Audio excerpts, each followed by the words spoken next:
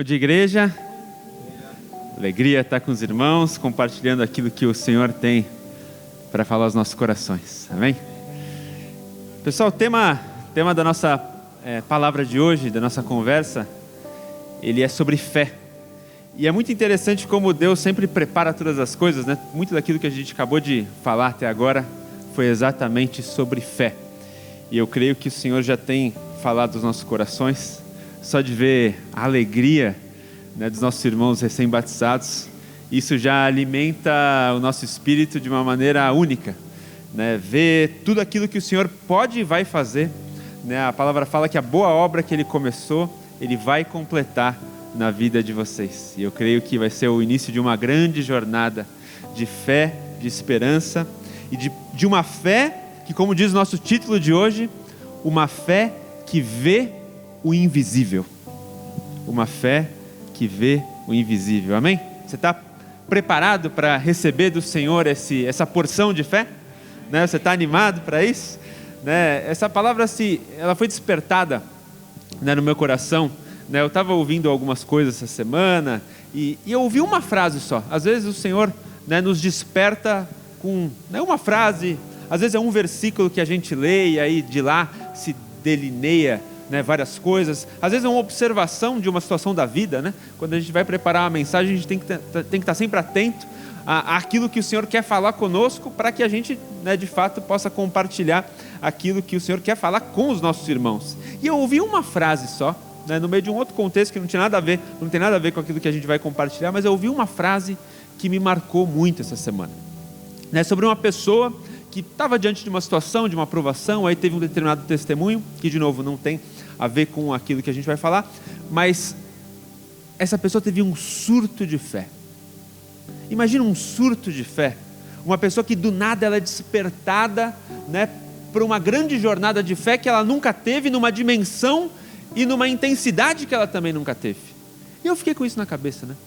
Eu falei assim, puxa vida, quão bom seria se hoje nós tenhamos, né, sejamos despertados para uma nova dimensão de fé, né, que a gente possa, né, na medida que Deus deseja para os nossos corações, a gente saia, né, hoje desse culto de fato com um surto de fé, né, um ânimo desperto para que a gente possa ver o invisível, para que a gente possa crer no impossível e a partir disso, né, o Senhor possa realizar grandes milagres na nossa vida, como nós cremos que Ele já está realizando, né, na vida dos nossos irmãos, fruto de algo que Ele é muito poderoso, que é a oração, né? A gente já tem visto testemunhos de como, né, esse relógio tem, né, sustentado, né, as pessoas da nossa comunidade, do nosso corpo que estão passando por situações difíceis, né? E é claro que isso se estende para a nossa vida, porque quando a gente ora por alguém, nós somos os primeiros a sermos beneficiados, porque o nosso coração é transformado, né? A oração, ela transforma o nosso coração.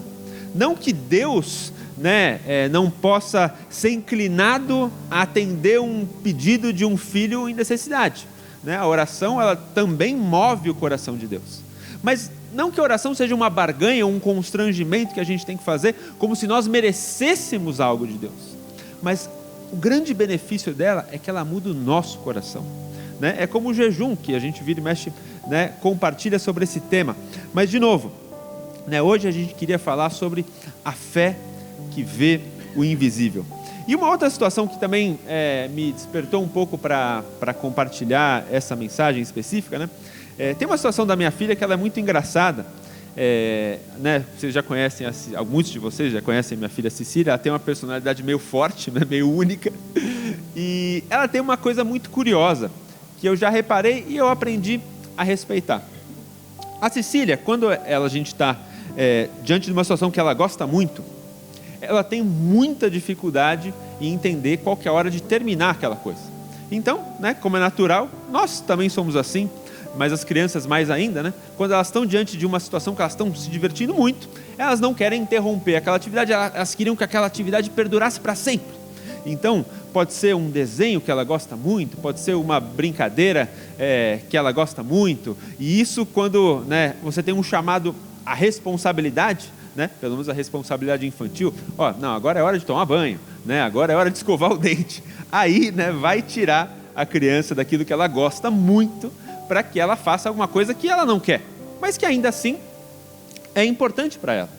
E isso tudo vocês vão entender como tem tudo a ver com aquilo que eu vou comunicar, com aquilo que o Senhor quer falar ao nosso coração, que é quando nós precisamos sair da nossa zona de conforto emocional, de situações onde estamos confortáveis, para que a gente venha encarar um desafio que Deus coloca na nossa vida e na nossa mão.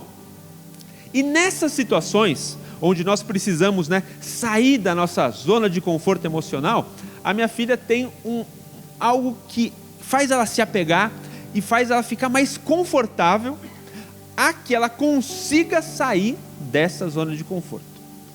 E a curiosidade da Cecília, vocês já conhecem um pouco ela está com o controle remoto na mão dela. O que eu quero dizer com isso? Isso em geral acontece, quando a gente está muito cansado e a gente não está mais com forças de propor 1000 atividades. A gente, como vocês sabem, eu tenho 3 filhos pequenos, então tem horas que a gente tem que recorrer àquilo que alguns chamam de a babá eletrônica, que é o desenho, para que eles consigam comer ordenadamente, ou que a gente consiga assim, minimamente lavar a louça enquanto eles estão terminando de se arrumar, para que finalmente eles vão escovar os dentes e jantar. Escovar os dentes e dormir.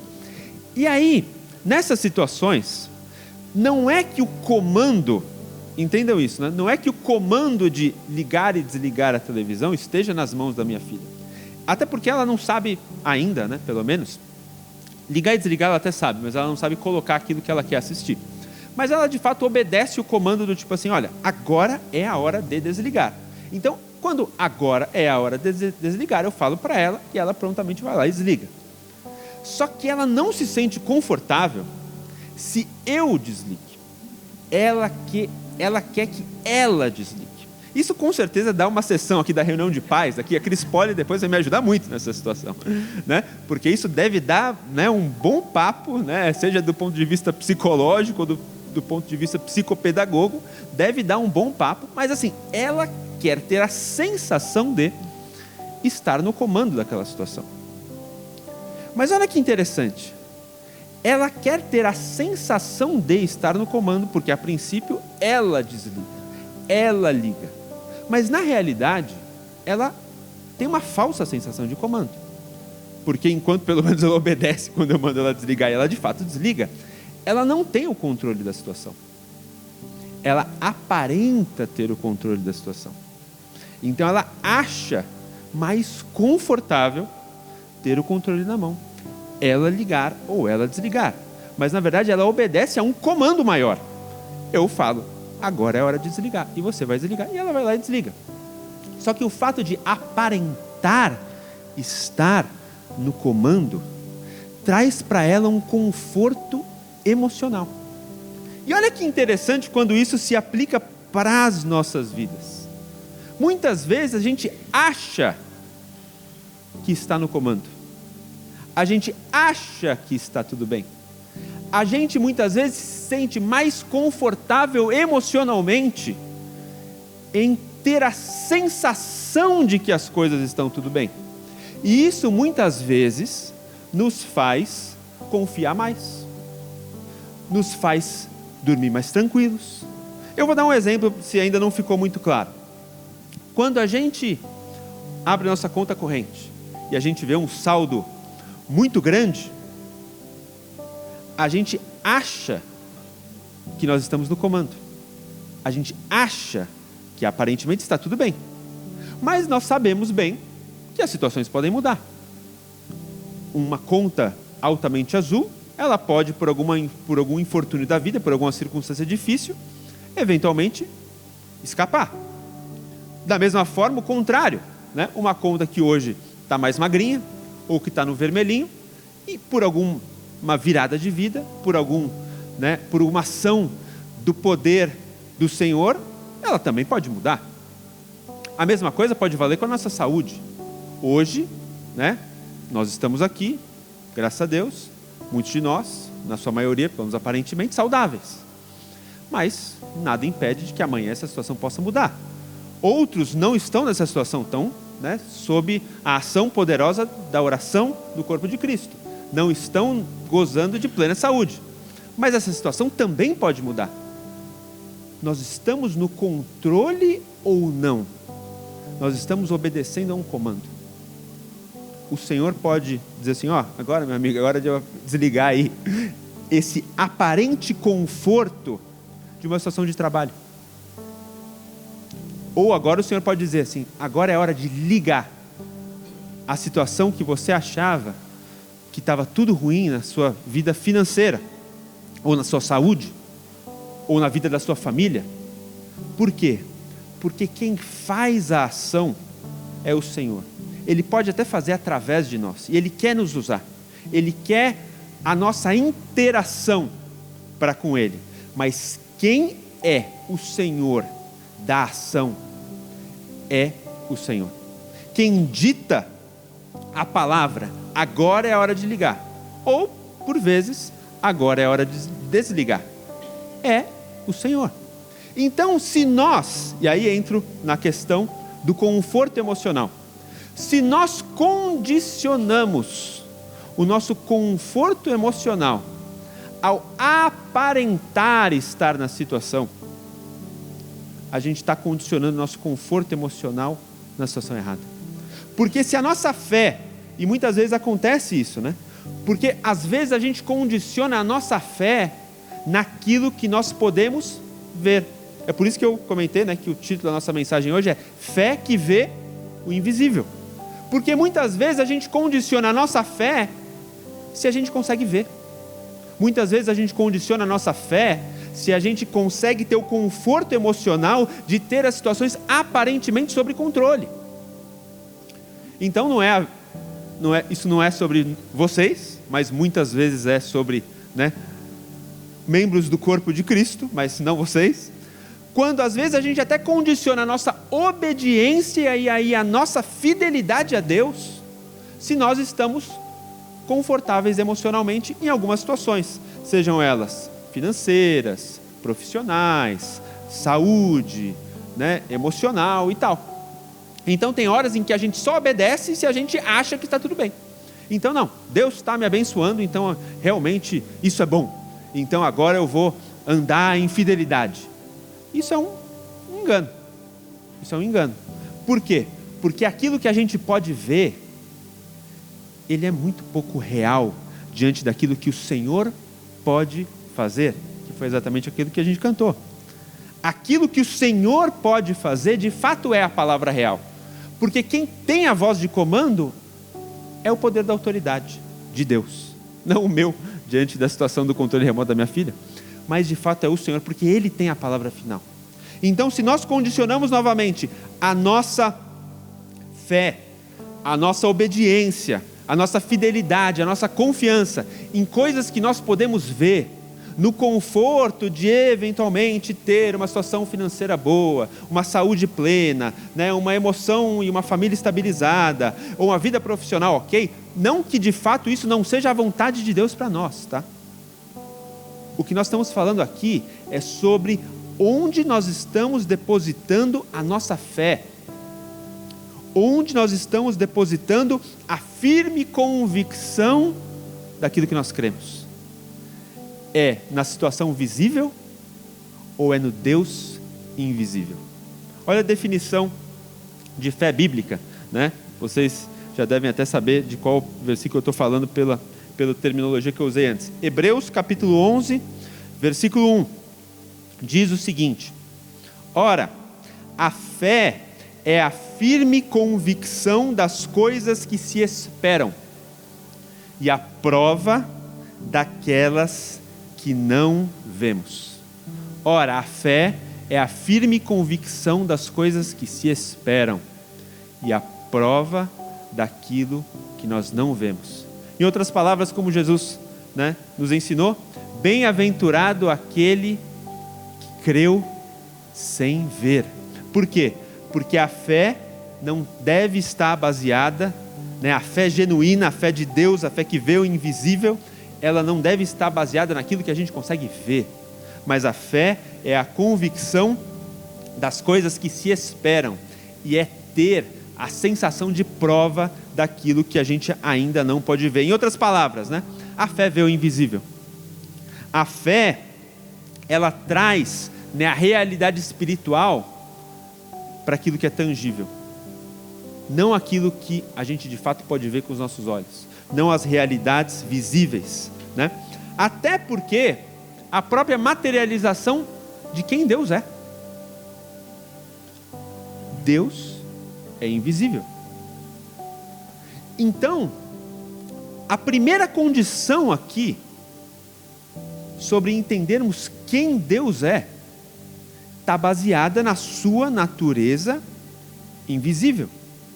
Então, se nós formos condicionar a nossa fé naquilo que nós podemos ver, a gente provavelmente não vai nem crer em Deus, porque afinal de contas, eu não estou conseguindo ver a Deus aqui. Nós podemos sentir o Senhor, nós podemos, né, experimentá-lo, mas nós não podemos vê-lo com os nossos olhos. Deus, ele sempre deixou isso muito claro, né? Vocês devem se lembrar aquela situação onde, né, Deus, através da vida de Moisés, fica muito irado quando Moisés desce do Monte Sinai ao receber, né, a lei do Senhor, e ele vê o povo em festa fazendo um bezerro de ouro. E se nós formos ler essa passagem, né, sobre o bezerro de ouro, quando Arão, né, junta toda os brincos, o ouro e tal, e ele monta aquela imagem, ele não está querendo, né, o contexto da passagem deixa isso muito claro, ele não está querendo trazer um novo Deus. Ele está dizendo: povo de Israel, esse é o Deus que fez todos aqueles milagres. Esse é o Deus que libertou vocês da escravidão. Esse é o Deus de Abraão, de Isaac e de Jacó. Ele não está fazendo um novo Deus. Ele está tentando materializar naquilo que é visível um Deus que é invisível. E qual que é o grande problema disso? Primeiro, porque Deus sempre tinha deixado muito claro, né? Apesar de que a lei estava sendo recebida por Moisés naquele exato momento, mas ele tinha deixado muito claro que ele não queria ser representado, seja por imagens, seja por esculturas. Mas qual é o grande problema da gente materializar Deus num formato visível? O grande problema de nós materializarmos Deus num formato visível é que nós o limitamos.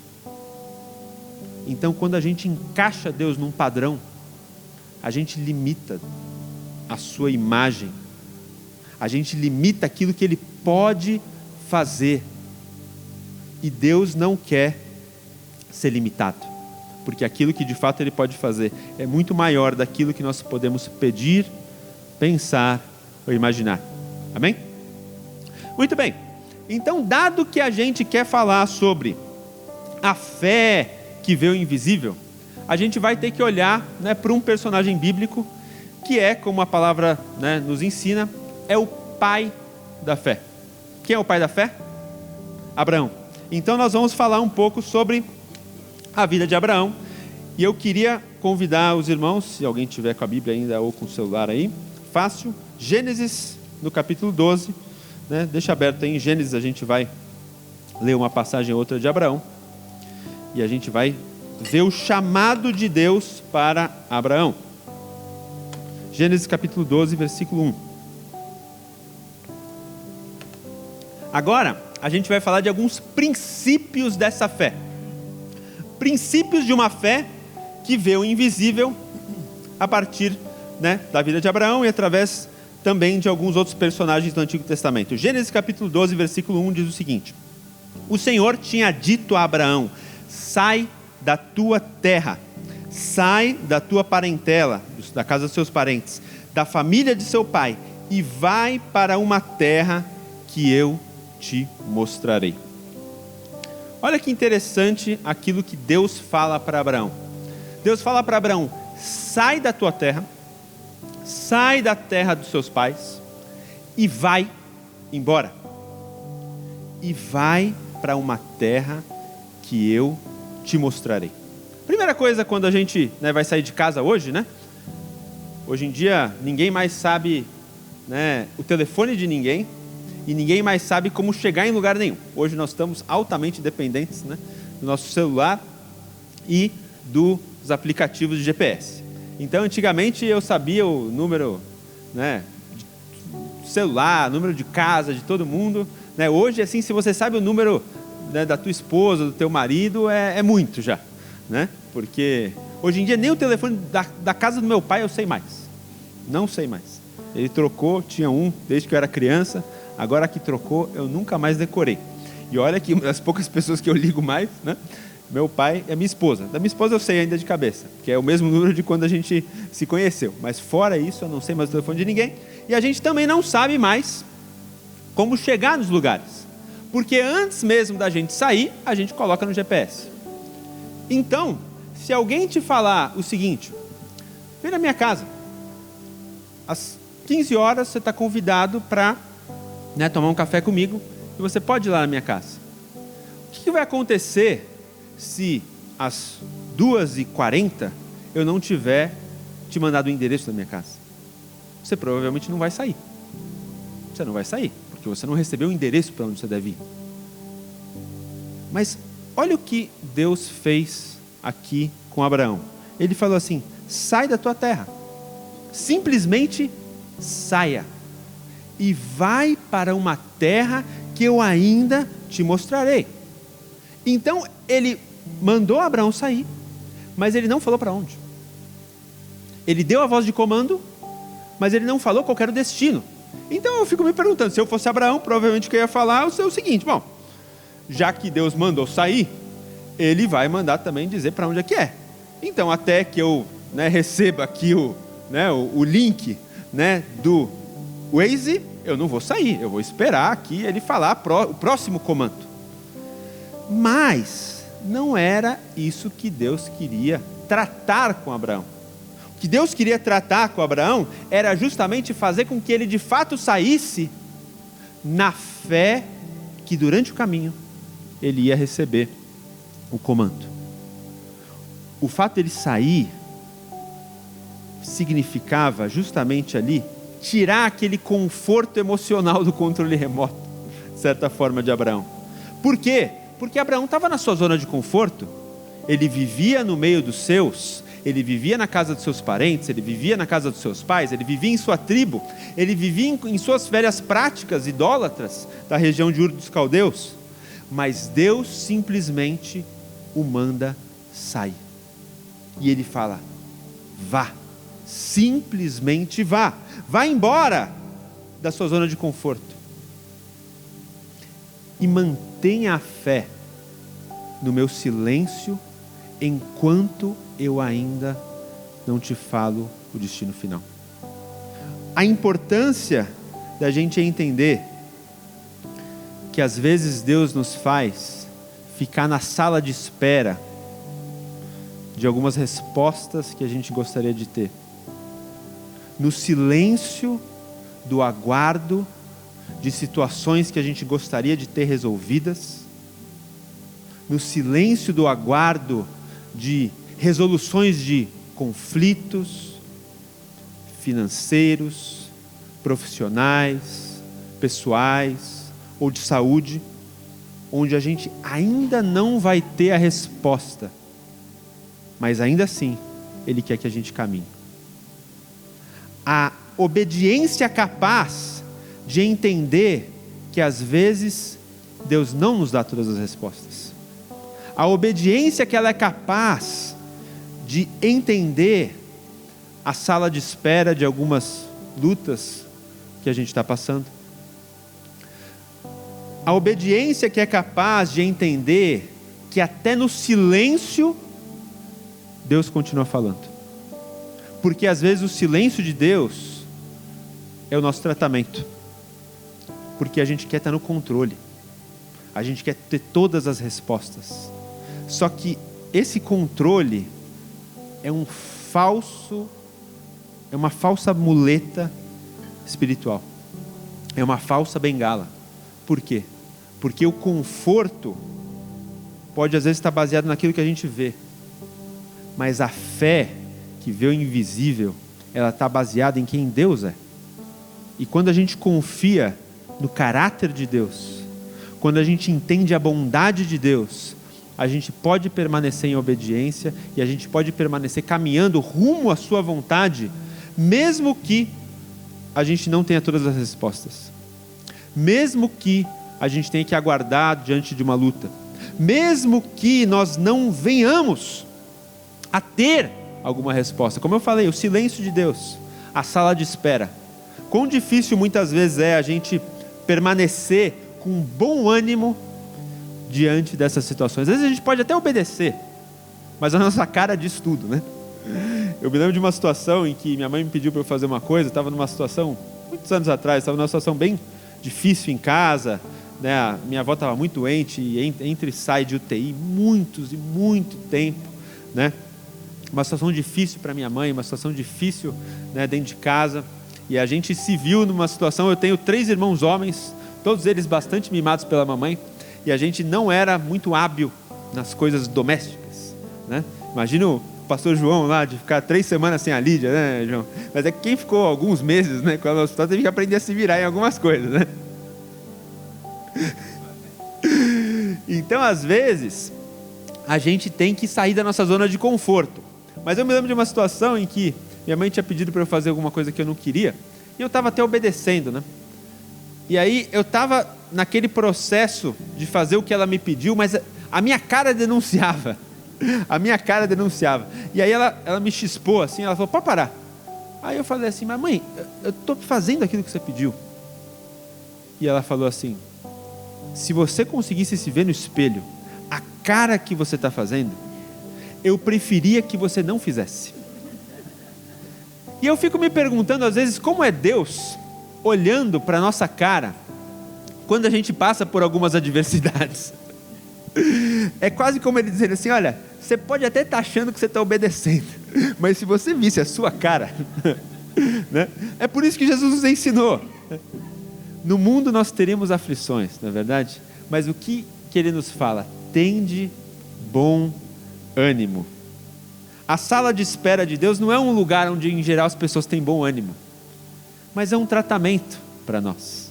Ele é um tratamento, porque no meio dessas situações, muitas vezes de fato a gente tende a desanimar.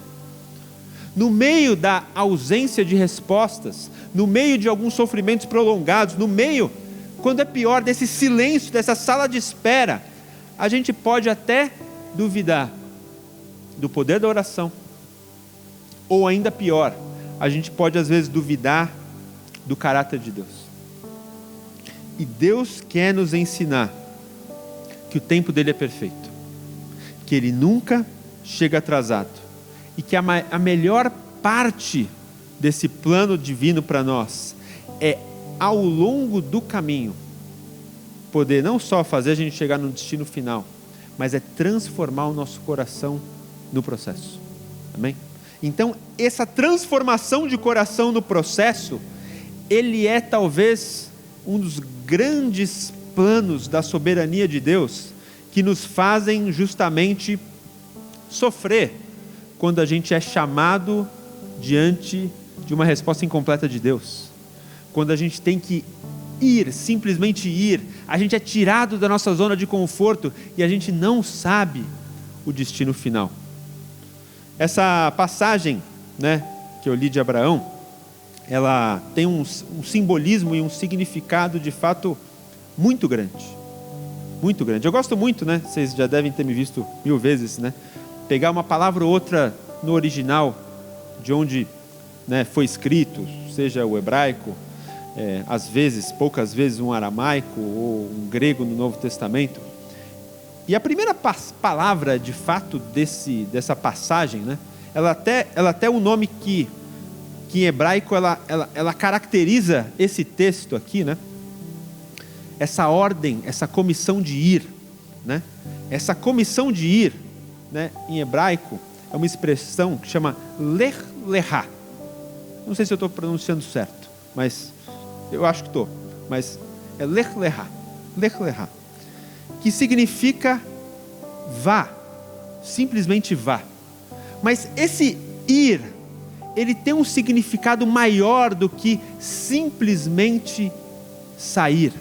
Ele carrega um significado, né? Se a gente fosse traduzir literalmente, a gente tem, né, algumas limitações quando a gente vai fazer algumas traduções, principalmente para palavras que a gente não tem exatamente um significado igual na nossa língua. e a gente tenta expandir essa tradução, a gente tenta, né, embutir algum outro sentimento. Mas a tradução exata, talvez, de Lech Lecha, é ir, olha que interessante, é ir para dentro de si. Sair. Ir para dentro de si. Sair, simplesmente sair. Mas sair para onde? Descobrir o quê? É descobrir no caminho o seu próprio significado. É descobrir no caminho a sua própria identidade em Deus. É sair de fato da sua zona de conforto. É sair das situações onde a gente está protegidinho, né, pela mamãe, no sentido metafórico da coisa. É ser chamado para uma aventura. Toda provação, né, da nossa fé é um chamado para uma aventura. Por quê? Porque nos foi tirado o controle remoto. A gente vai ter que aprender a confiar. Agora a gente não tem mais nem onde se apegar. O controle remoto foi embora, né? A situação que nos dá um conforto emocional, ela saiu, e a gente tem que sair. Mas ao longo do caminho, descobrir a identidade para a qual Deus nos chamou. Descobrir o chamado de Deus para nós. Em outras palavras, dar um salto de fé. Não no escuro, não no vazio, mas muitas vezes no invisível. Um salto de fé, quando muitas vezes a gente não vê onde nós vamos cair. Toda provação que a gente não vê resolução, toda situação de sofrimento prolongado, toda saída, quebra da nossa zona de conforto, é de fato um chamado por um salto de fé. Mas esse salto de fé, como eu falei, apesar de muitas vezes ele ser invisível, ele não é no vazio. Ele é um salto na confiança da palavra. Ele é um salto na confiança daquilo que Deus falou. Porque não foi a voz de um homem que Abraão ouviu. Inequivocamente. Eu também vou usar a palavra difícil, né? Vou esperar cada palavra difícil. De maneira inequívoca, mais fácil. De maneira inequívoca. Abraão ouviu a voz de Deus. Então ele podia saltar, ainda que não visse, porque afinal de contas nós não vemos a Deus. Mas ele ouviu a sua voz. Ele saltou sobre a palavra. E como a palavra tem promessas para a nossa vida. Então quando nós passamos por essas situações, nós devemos de fato saltar.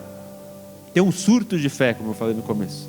Mas saltar diante da palavra. A grande chave aqui, o grande entendimento sobre o princípio da fé que Abraão teve nessa situação, no Lech Lecha aqui, é continuar caminhando mesmo diante do silêncio da espera. Continuar caminhando mesmo diante do silêncio da espera. Não desanimar, não resmungar, não reclamar, mas continuar em obediência com bom ânimo. É isso que ele teve. Mais um personagem, né, dois aqui no caso, personagens do Antigo Testamento que tiveram, né, um grande desafio para caracterizar um pilar de fé para a nossa vida. Livro de Números, capítulo 13, versículos 25 até o 30, a gente vai ler a história de dois caras fenomenais, Josué e Caleb. Números capítulo 13, versículos 25 até o 30, diz o seguinte: o povo estava para entrar na terra prometida, o povo estava para entrar na terra de Canaã, e aí eles resolveram dar uma espiadinha. Números capítulo 13, versículos 25 a 30. Interessante aqui, né? Só um detalhe aqui, né? A caracterização até do envio desses espias, ele já é curiosa do ponto de vista bíblico, né? Porque Deus tinha mandado entrar na terra. Então, era um ato inequívoco de obediência. era saltar na palavra. Mas, às vezes, a gente quer dar uma espiada. E o fato da gente querer dar uma espiada, ele traz algumas situações difíceis para a nossa vida.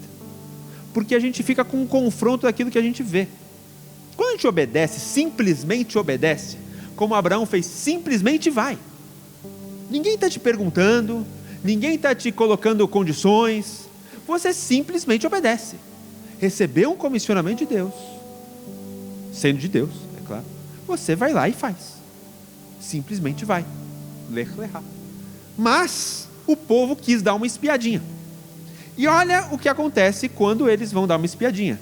Eles trazem aquilo que é visível para alguns olhos. Para outros olhos a gente vai ver que eles continuaram vendo o invisível. Números capítulo 13, então, versículo 25. Depois de passarem 40 dias explorando, espiando a terra, os homens retornaram a Moisés, a Arão e a toda a comunidade de Israel em Cádiz, no deserto de Parã. Relataram o que tinham visto a toda a comunidade e mostraram os frutos que trouxeram da terra. Em outra passagem fala que 2 homens, vieram, com uma vara, e o maior cacho de uvas já visto, Eu acho lindo essa representação, Se eu não me engano, até hoje, o Ministério do Turismo de Israel usa, esse simbolismo, 2 homens com um enorme cacho de uvas, sendo a beleza, da bênção de Deus para aquela terra. Então, eles trouxeram os frutos e mostraram tudo aquilo que viram da terra. Este foi o relatório, no 27, que deram a Moisés. Entramos na terra a qual você nos enviou, e de fato é uma terra que produz leite e mel com fartura. Aqui é todo tipo de fruto que nela há. Contudo, o povo que vive ali é poderoso, e as suas cidades são grandes e fortificadas. Vimos até os descendentes de Enaque. Os amalequitas vivem no Neguebe, e os hititas, jebuseus, amorreus, vivem na região montanhosa. Os cananeus vivem perto do litoral. Imagina quantos caras perigosos, no mar Mediterrâneo e no vale do Jordão. Calebe, no entanto, tentou acalmar o povo que estava diante de Moisés, dizendo: vamos partir agora mesmo para tomar a terra. Disse ele: com certeza nós podemos conquistá-la. Pulando agora para o Números 14, versículo 7. E disseram a toda a comunidade de Israel: a terra da qual fizemos o reconhecimento é muito boa, e se o Senhor se agradar de nós, Ele nos levará em segurança até ela, e a nos dará. É uma terra que produz leite e mel com fartura. Não se rebelem contra o Senhor, e não tenham medo dos povos da terra diante de nós. Eles estão indefesos, eles não têm quem os proteja, mas o Senhor está conosco. Não tenham medo. Amém? Então, eu gosto de falar isso, Josué e Calebe, eles viram o mesmo problema que os demais espias. Eles viram a mesma situação. Eles viram os mesmos frutos, eles viram os mesmos gigantes, eles viram as mesmas cidades fortificadas. Mas eles tomaram uma decisão. Eles decidiram permanecer com aquilo que Deus tinha prometido. Então, muitas vezes, a gente vai ver 2 grupos de pessoas passando pelos mesmos problemas. Às vezes problemas graves, às vezes problemas drásticos, insolúveis.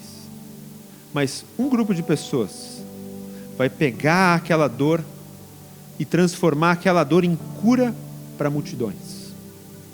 Outra pessoa vai pegar a mesma dor e vai se amargurar, e vai se enterrar num vale de sombra e de morte. 2 grupos de pessoas que vão ver a mesma situação, vão passar pelo mesmo problema, mas vão tomar decisões diferentes. Por quê? Porque uma decidiu permanecer com a promessa, a outra decidiu olhar para aquilo que é visível. Uma decidiu ter a fé que vê o invisível, a outra decidiu se balizar o seu ânimo, a sua confiança naquilo que ela podia ver, na circunstância do momento. Então, como a gente já falou, as aflições estão aí. Nós não seremos poupados do fato de termos aflições, mas a resposta é termos bom ânimo, é não condicionarmos a nossa fé para que ela seja exercitada somente se a gente estiver ausente de desafios e problemas, porque vão acontecer, porque vão aparecer. Mas a chave aqui para nós, né, é entendermos que os problemas, que as dificuldades, eles nunca vão ser obstáculos para aquilo que Deus falou, para a ordem que Deus comissionou. Porque, meu amigo, se Deus falou, que problema que vai fazê-lo parar? Se Deus mandou, o que é a maior das dificuldades diante do tamanho da natureza divina? Então a chave aqui é entender no que a gente acredita. Se nós acreditamos no problema visível, ou se nós acreditamos no poder do Deus invisível. Não que a gente não possa sofrer com situações que nos ocorrem, mas a questão é, onde nós depositamos a nossa confiança? A nossa fé, ela está posta sobre a areia ou sobre a rocha? Porque o vento vai vir, a água vai vir, mas quando a água vem, ela mostra qual construção foi feita sobre qual terreno. Se a nossa construção de fato foi feita diante daquilo que é visível, diante daquilo que é circunstanciado, ou se nossa fé está lastreada na rocha eterna de Deus, que não muda, naquilo que é inabalável, né? A palavra fala que muitos vão ser os terrores e tremores, mas aquilo que é inabalável, ela permanece para sempre. Então que a nossa fé esteja firmada, né, na rocha eterna, naquilo que é inabalável, no Senhor, em Cristo, naquilo que nunca mudará. Até porque, né, os problemas, né, as dificuldades, elas são parte do nosso tratamento até para fortalecimento da nossa fé. Porque uma pessoa que de fato superou um degrau de dificuldade e venceu aquilo pela fé, não vai se abater quando vir outros problemas menores. Quem matou Golias, né, não vai se, né, incomodar diante de qualquer gigante por aí, porque afinal de contas venceu, né, o Golias. Então tem horas que Deus quer nos mandar de fato alguns gigantes grandes mesmo, não porque Ele quer nos torturar, mas porque Ele quer fortalecer o nosso músculo de fé, porque Ele quer fazer com que a gente possa, diante de dificuldades menores, superá-las com mais, né, ânimo, ou até mesmo capacitar e ferramentar outras pessoas, porque você vai poder dizer, né, eu passei por isso, e o Senhor me abençoou, o Senhor me fortaleceu, eu passei por isso. A palavra fala que com a graça que nós fomos consolados, nós devemos consolar a outras pessoas. Com o mesmo, né, amor de Deus, que nós fomos consolados diante das dificuldades, problemas e provações que nós passamos, nós vamos ser capazes de abençoar outras pessoas. Então, quando nós passamos por algum desafio, muitas vezes pode ser um chamado a uma musculação de fé. Tiago, né, no capítulo 1, versículo 2, né, o irmão do Senhor, ele escreve para nós, dizendo o seguinte, Tiago, capítulo 1, ele diz o seguinte, no versículo 2, meus irmãos, considerem motivo de grande alegria, sempre que passarem por qualquer tipo de provação, pois sabem que quando a sua fé é provada, a perseverança tem a oportunidade de crescer. É necessário que ela cresça, pois quando estiver plenamente desenvolvida, vocês serão maduros, completos, sem que nada lhes falte. Amém? Então, né, os problemas são exercício, né? Tem muitos irmãos aqui, fortes, né, fitness, e eles sabem que para a gente fortalecer o nosso músculo, de fato, a gente tem que passar pelo desgaste da dor. Então a dor, ela é um tratamento, mas ela é um tratamento que tem o objetivo de fortalecer a nossa fé, fazer-nos ter uma fé que de fato veja o invisível, fazer com que nós tenhamos essa fé que entenda que não devemos desanimar diante dos obstáculos, entendendo até, né, que a nossa alegria, ela não deve estar baseada nas nossas circunstâncias. E isso aqui é uma chave importante para nós aqui. Por quê? Porque quando nós estamos com os nossos olhos fitos em Deus, quando nós estamos focados no Senhor, nós entendemos que nossos problemas, eles perdem relevância. O tamanho relativo dos problemas daquele cujos olhos estão fixos em Deus, ele perde relevância. Por quê? Porque os problemas, eles vêm abalar aquilo que é visível. Os problemas podem abalar aquilo que é circunstância. Mas quando a nossa vida, quando a nossa alegria, quando a nossa fé, ela está lastreada num Deus que nunca muda, o problema não tem como alcançar esse Deus. Quando nós conseguimos entender aquilo que o Salmo Salmo capítulo 37, versículo 4 fala: deleita-te em Deus. O que é se deleitar em Deus? Quando nós depositamos a nossa alegria no Senhor, a gente entende que as circunstâncias são muito menos importantes. A circunstância pode vir, pode não vir, o problema pode se resolver ou não. De novo, não que Deus não queira a resolução, não que nós não oremos pela resolução, não que Deus não queira nos abençoar, até porque a palavra fala, Hebreus, se eu não me engano, 11:6, fala assim: sem fé é impossível agradar a Deus, porque aquele que deseja agradar a Deus tem que entender que Ele é galardoador daqueles que o buscam. Deus quer nos abençoar. O desejo de um coração do Pai é nos presentear, mas quando nós entendemos que a nossa alegria está lastreada naquilo que Ele é, e não na circunstância da nossa vida, a gente entende que nossos problemas são na verdade muito menores do que eles aparentam ser. Por quê? Porque a gente aprendeu a ter o nosso deleite em Deus. A circunstância pode até vir, a bênção pode até se materializar, mas a minha alegria está em Deus. E aí quando nós entendemos que o resto das circunstâncias da nossa vida é uma pequena parte só da nossa existência, mas que o nosso coração está firmado, né, de fato naquilo que Deus é, aí o problema não pode roubar.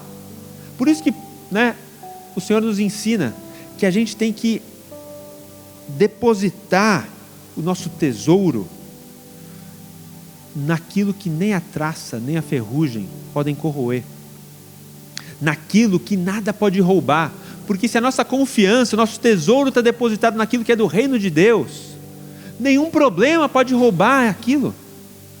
A gente aprendeu a se deleitar no Senhor, e olha que interessante, Salmo 37, versículo 4 fala o seguinte: deleita-te no Senhor, e Ele satisfará os desejos do teu coração. Aí você fala assim, mas peraí, eu não estou dizendo aqui que pouco importa os desejos do meu coração, pouco importam as circunstâncias diante daquilo que Deus é?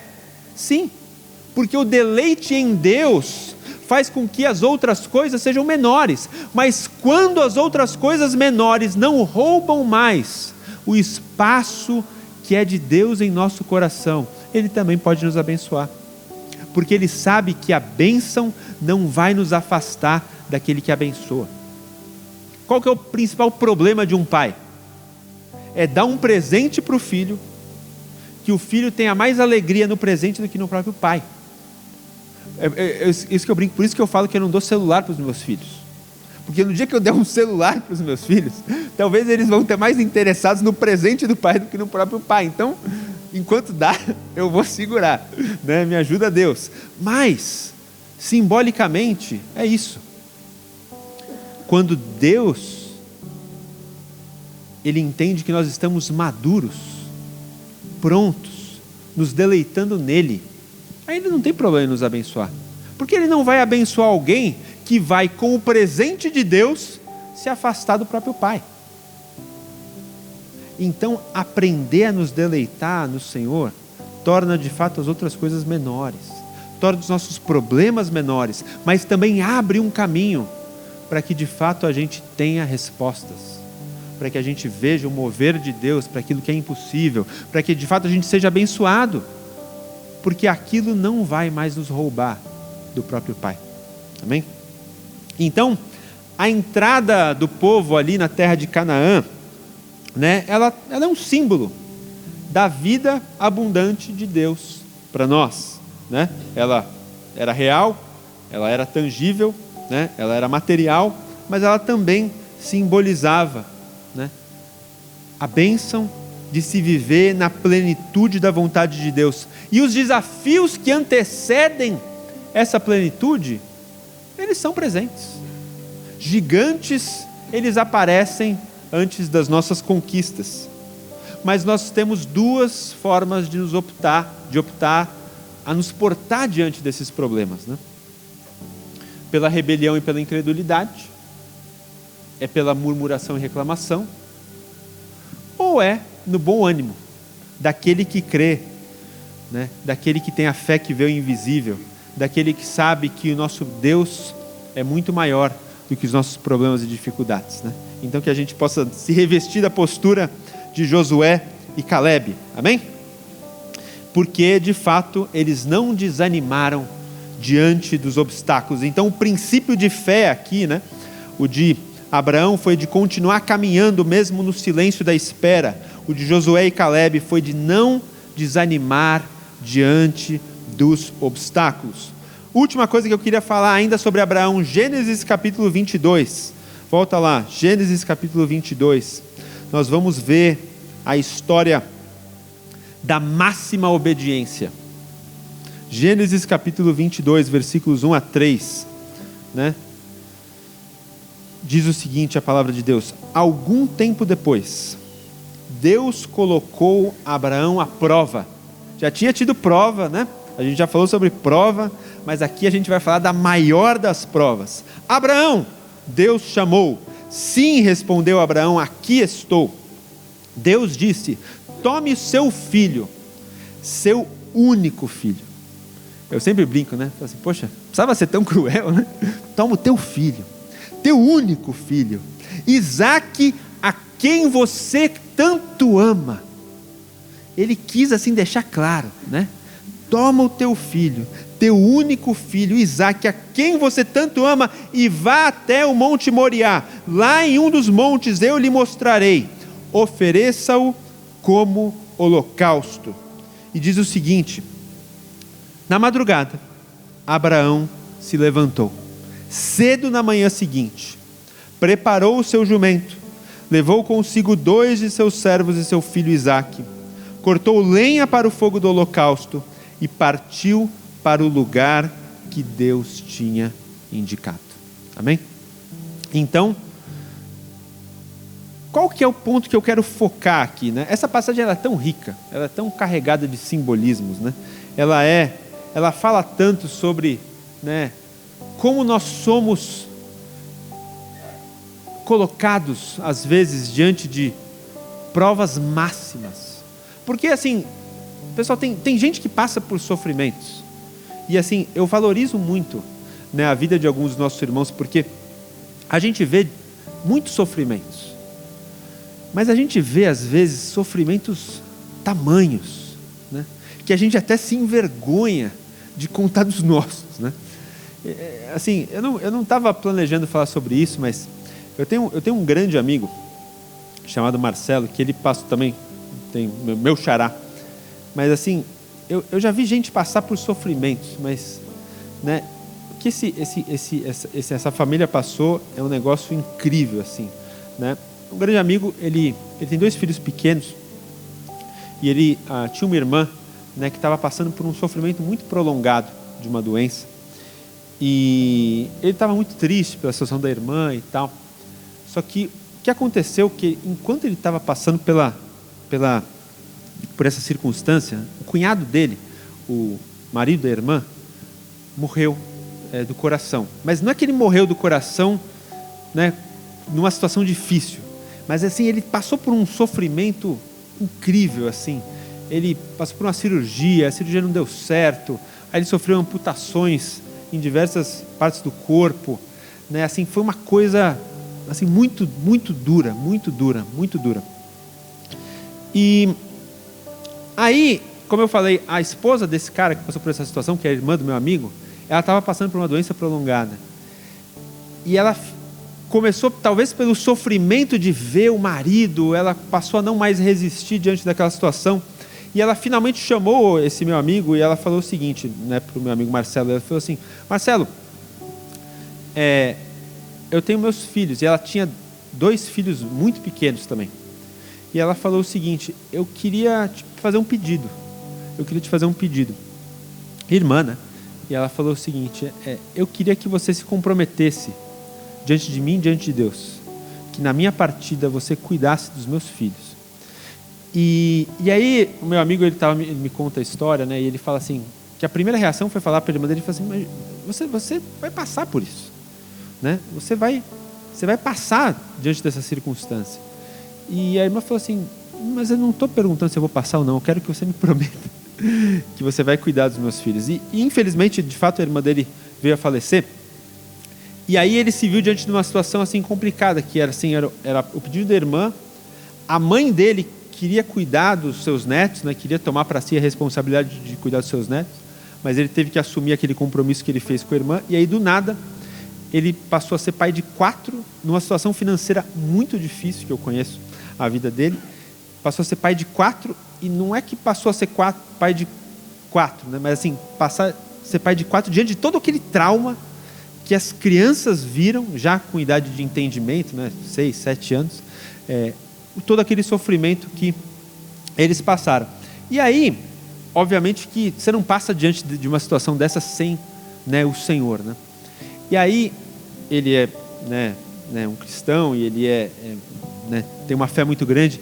E ele estava me contando essa história, e ele falou assim para mim, né, Marcelo também, né? Ele falou assim: Marcelo, eu vi, ele me chama de Sandro, né, mas tudo bem. Ele falou assim: eu entendi uma coisa, né? Ele falou assim: óbvio que em algum momento eu questionei no meu coração, né, por que Deus permitiu alguém tão pequeno, né, alguém tão, né, uma criança, passar por um sofrimento desse. Mas quando eu vejo, né, todo o sofrimento que nosso Deus passou, o sacrifício máximo que Ele mesmo entregou, e eu vejo tudo aquilo que a gente está experimentando hoje como família, né? A irmã dele não, assim, era cristã, mas não tinha esse mesmo, né, entendimento como nós, né, de criar as crianças na palavra de Deus. Ele falou assim: eu vejo como um privilégio de experimentar um pouco da dor que Deus passou, mas ao mesmo tempo entender que os propósitos de Deus são maiores. E hoje os meus filhos, né, que são sobrinhos dele, estão vivendo na palavra. E assim, aquilo me tocou de uma maneira tão profunda, porque às vezes a gente hesita em obedecer, e Deus nos coloca à prova. Algumas provas, como na prova aqui de Abraão e Isaac, Ele vai dar livramento de fato. Mas em outras Ele vai permitir com que o Isaac seja sacrificado. Mas a grande chave aqui é como Abraão se comportou diante daquilo que Deus o pediu. Porque Deus o colocou na parede e Ele não fez qualquer coisa. Abraão teve Isaac depois de muito sofrimento. Ele viu conflito familiar terrível, porque ele tentou achar um atalho lá, né? Aí ele teve uma relação com uma serva dele, e aí teve Ismael.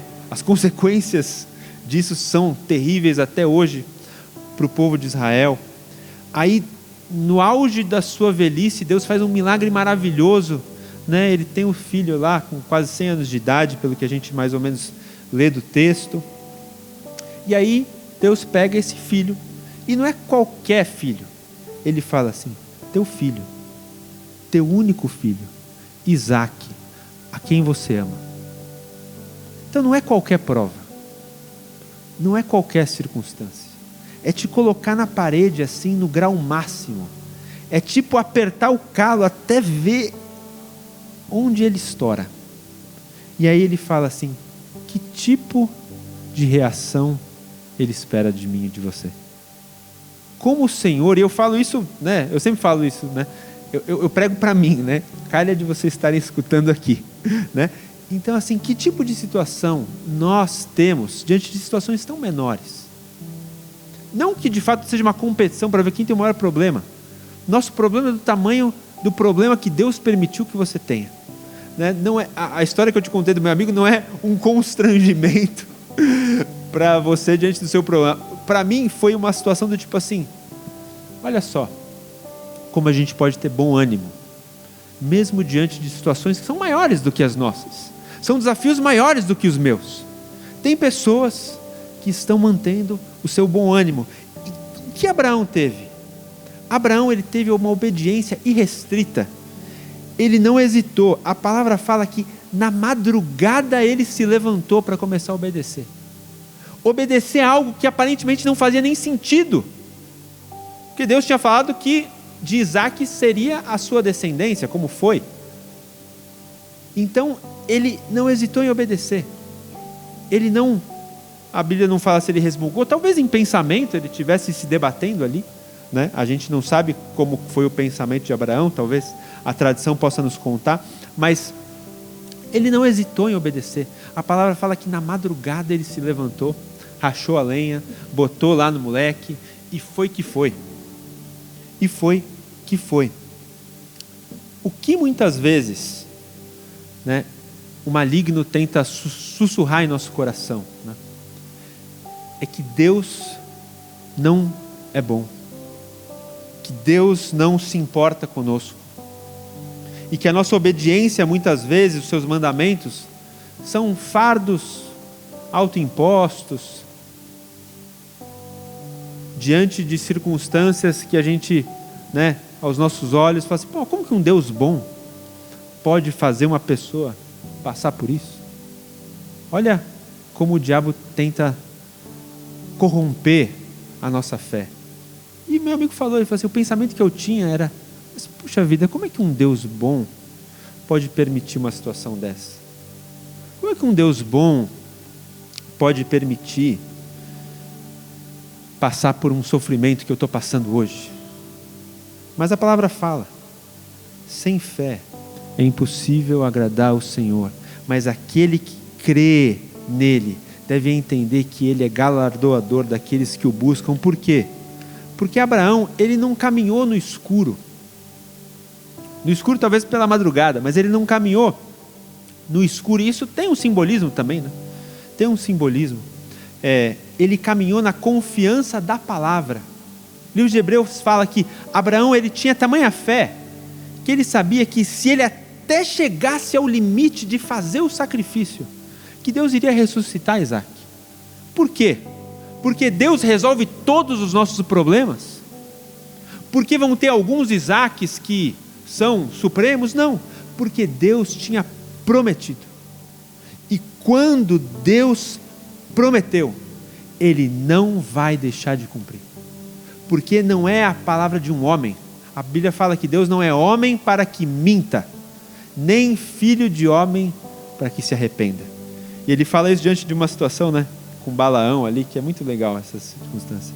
Mas a palavra fala, quando nós não hesitamos em obedecer, mesmo diante das situações limites, nós podemos ver livramentos espetaculares e soluções alternativas. O que a gente sabe, né? Eu não vou ler por causa do tempo, mas a gente sabe o desenrolar da história, né? Que ela é um simbolismo lindo sobre, né, a figura do próprio sacrifício de Cristo, mas quando Abraão chega ali, né, para fazer o sacrifício de Isaque, né, aqui essa situação na terminologia hebraica, né, aí sei lá se eu vou pronunciar certo, Akedah Yitzhak, é o teste absoluto da fidelidade. A situação onde Deus faz com que você amarre seu próprio filho para ser sacrificado.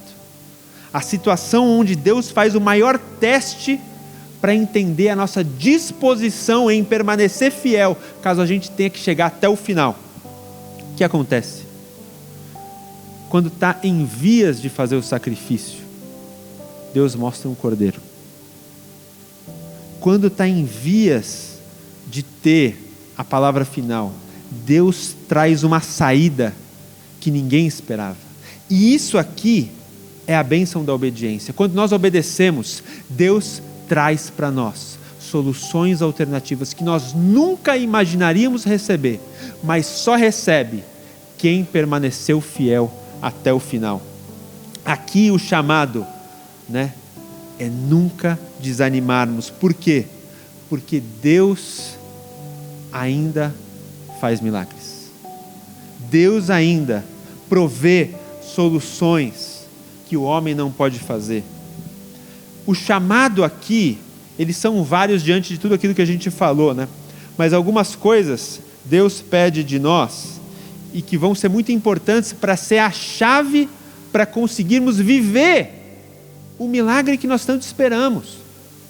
A cura, a bênção, a transformação, a salvação, a libertação, a provisão. A chave para que nós recebamos de Deus, o romper dos nossos problemas, a vitória sobre as nossas dificuldades, é entendermos que primeiro, a gente vai ter que fazer algumas entregas em sacrifício. E algumas dessas entregas em sacrifício não vai ter libertação sobrenatural. São coisas que Deus está pedindo para a gente colocar no altar dele, no altar de Isaac, e dizer o seguinte: olha, isso aqui eu entrego para o Senhor. Talvez a primeira libertação é essa confiança plena, de dizer o seguinte: eu não quero mais carregar o fardo de achar que o controle remoto da minha vida, ele traz algum conforto. É simplesmente dizer assim: Pai, toma, eu confio no Senhor e eu vou descansar.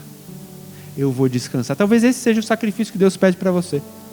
É dizer o seguinte: não tema, não ande mais ansioso, não ande mais pesaroso. Entrega para o Senhor. Confia nele e o mais ele fará. Essa pode ser uma entrega. Pode ser que outra entrega seja, de fato, Deus está pedindo para você hoje fazer algum sacrifício.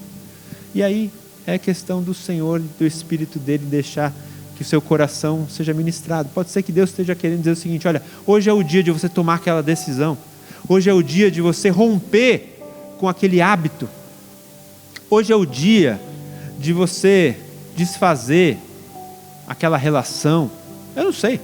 Aí Deus vai ministrar os nossos corações à medida que nós nos abrimos para aquilo que Ele quer falar. Mas o mais importante é, como Abraão, a gente simplesmente ir. Simplesmente obedecer. Não hesitar. Como ele fez aqui diante do seu, talvez, seu teste máximo. Não hesitar em obedecer. Simplesmente entregar. Vai, simplesmente vai. Confia nele, porque ele é bom. Ele continua sendo bom e ele vai cuidar de nós. Amém? Ou talvez o pedido que ele faça, para nós é como, ali Josué e Caleb, é ir contra a cultura. Porque de fato ao nosso redor, aqui a gente está fortalecido de Josué e Caleb, mas quando a gente sai por aí nas nossas segundas-feiras da vida, a gente tem mais cara de 10 espias do nosso lado do que Josué e Caleb. Então a gente vai ter que ir contra a cultura mesmo. A gente vai ter que remar contra a maré em circunstâncias dessa vida, em decisões pessoais, na obediência. Para aqueles que são jovens, imagina a pressão que deve ser, sempre foi, manter-se em santidade, viver, diante dos padrões que Deus estabeleceu, no trabalho, quando todo mundo está fazendo alguma coisa errada e você fala assim: pô, mas eu sou o tonto aqui, estou fazendo tudo que é certo. Isso aqui é manter-se em fidelidade, é ir contra a cultura, é ser aquele que vai dizer o seguinte: a minha vitória não depende da circunstância, mas depende do Deus que me chamou. Amém? Então, esse é o chamado. E aí, para a gente finalizar, e se o pessoal do louvor já quiser se posicionar, qual que é o fruto disso? O fruto disso, eu vou ler um salmo, Salmo 112, eu tenho muitas passagens que eu chamo de preferidas, vocês já devem ter me visto ler muitas passagens que eu digo que é minha preferida, mas essa aqui é uma porção que está entre as minhas preferidas. Salmo 112 é o fruto de quem vive essa fé, é quem materializa isso e pode ver o testemunho do agir e do poder de Deus, para nos capacitar em primeiro lugar, porque muitas vezes essa fé não está nem diante do nosso alcance, mas Ele quer nos empurrar, Ele quer nos fazer saltar. Por quê? Porque Deus quem vai realizar aquilo que não está no nosso domínio, Deus quem vai realizar aquilo que nossa mão não pode eventualmente fazer. Às vezes Ele quer te usar, mas pode ser que Ele provenha soluções alternativas, mas o fruto de quem vive essa fé está dizendo o seguinte: louvado seja o Senhor, como é feliz aquele que teme o Senhor, e olha que chave, tem prazer em obedecer a seus mandamentos. Temer o Senhor e ter prazer em obedecer os mandamentos, não é simplesmente obedecer, é entender que a gente tem que nos deleitarmos no Senhor. Se a gente não tiver prazer em obedecer aos seus mandamentos, a gente não vai usufruir das bênçãos que decorrem daquele que teme o Senhor. Como é feliz aquele que teme o Senhor, que tem prazer em obedecer os seus mandamentos. Seus filhos serão bem-sucedidos em toda a terra. Uma geração inteira de justos será abençoada. Quem quer isso para os seus filhos? Amém? Em sua casa haverá riqueza e prosperidade, e as suas boas ações permanecerão para sempre. Deus não vai nos dar para a gente guardar para si. Deus quer nos abençoar para que as nossas boas ações permaneçam para sempre.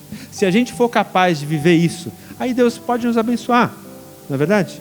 A luz brilha na escuridão para o justo. Por quê? Porque Ele é compassivo, misericordioso e íntegro. Deus quer nos fazer brilhar, né? Um mundo mau, um mundo cheio de pessoas, né, invejosas, pensando apenas em si mesmo. Deus quer levantar uma geração de pessoas compassivas, misericordiosas, mas principalmente íntegras. Como o Brasil precisa de gente íntegra, amém? Que Ele encontre a nós, né, para fazermos essa diferença. Feliz é aquele que empresta com generosidade e conduz os seus negócios honestamente. Ele não será abalado, a sua lembrança durará por muito tempo. Olha que legal esse versículo 7. Não teme as más notícias. Deus nunca falou, irmãos, que a gente não vai ter más notícias na nossa vida. Vamos ter. Mas Ele fala assim, que esse homem que se deleita em Deus, que obedece aos seus mandamentos, não teme as más notícias. Ela pode até vir, mas por que ele não teme? Porque ele confia plenamente no cuidado do Senhor. Então quem confia em Deus, sabe que vai passar pelas adversidades. Ele é confiante e destemido. Quantos de nós, né, sofremos muitas vezes com uma questão de autoestima, né, com uma sensação de que nós não somos capazes, uma sensação de inferioridade, de vergonha, né? Uma das coisas que o maligno mais atua hoje, né, na nossa sociedade, é nos diminuir, é a gente acreditar nos próprios bullying, né? Mas a palavra fala que o fruto de quem vive essa fé é ser confiante, é ser destemido, né? É olhar com triunfo para os seus inimigos. É isso que o Senhor espera, né? E que o Senhor deseja para cada um de nós. Compartilha com generosidade para com os pobres, seus atos de justiça serão lembrados para sempre, né? Vamos sempre lembrar que a gente tem pessoas que precisam da nossa ajuda, né? Graças a Deus que a gente tem a Cidinha a nos incentivar, né, a lembrar que tem pessoas que precisam daquilo que Deus tem nos abençoado. Por quê? Porque os seus atos de justiça serão lembrados para sempre. Você terá honra e influência. O meu desejo, né, para nossa vida hoje é que a gente possa, né, ter honra e influência. O perverso verá isso e ficará furioso, rangerá os dentes de raiva e desaparecerá. Os seus desejos serão frustrados. Louvado seja o nome do Senhor. Amém? Que a gente possa saltar de fé hoje. Em nome de Jesus. Deus abençoe vocês.